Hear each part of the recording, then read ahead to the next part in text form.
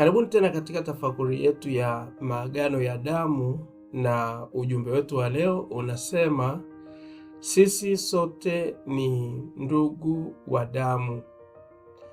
Kwa wale wanaofuatilia tafakuri yetu ya maagano ya damu, watakumbuka kuwa tulielezea maana kadhaa ya neno damu, na mojawapo ya maana zilizotajwa ilikuwa ni undugu.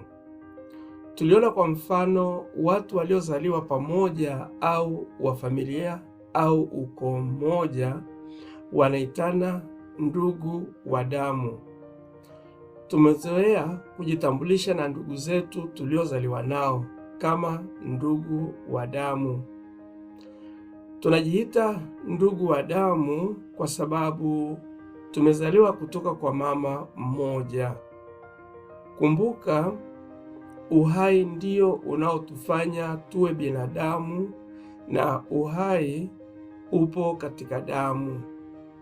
Ndio maana tunajitambulisha kwa njia ya damu, kwamba ni kwa uhai wa mzazi ambako sisi tumejitwalia uhai.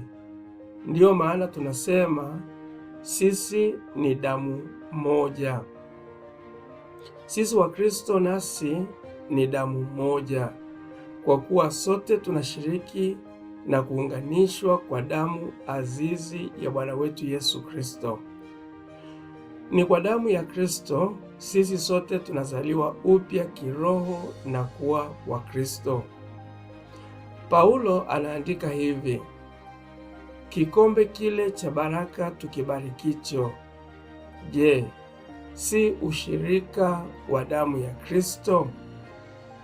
Hii inapatikana katika Wakorintho wa kwanza sura ya 10 mstari wa 16. Maana yake, tunaposhiriki katika meza ya Bwana tunajenga ushirika katika mwili na damu ya Kristo, yaani tunakuwa ndugu wa damu. Yesu anasema, mimi ni mzabibu nanyi ni matawi. Akaaye ndani yangu nami nikiwa ndani yake, huyo huzaa matunda mengi, maana bila ya mimi hamwezi kufanya chochote. Yohana 15 mstari wa 5. Yesu anasisitiza umuhimu wa kuwa ndugu wa damu katika damu yake, kwamba bila ya yeye sisi hatuwezi kufanya chochote. Yesu anasema, akaaye ndani yangu nami nikiwa ndani yake, huyo huzaa matunda mengi, maana bila mimi hamwezi kufanya chochote. Yohana 15 mstari wa 5. Lakini tukiwa ndugu wa damu katika damu ya Kristo, kuna faida kama vile Yesu anasema, Baba yangu hutukuzwa kama mkizaa matunda mengi na kuwa wanafunzi wangu. Hiyo ni Yohana 15 mstari ule wa 8. Na hatimaye mkikaa ndani yangu na maneno yangu yakikaa ndani yenu, basi ombeni chochote mtakacho, nanyi mtapewa. Yohana 15 mstari wa 7. Kumbe basi sisi ni ndugu wa damu, lakini ndugu wa damu moja wanapaswa kuwa wamoja badala ya kuwa maadui.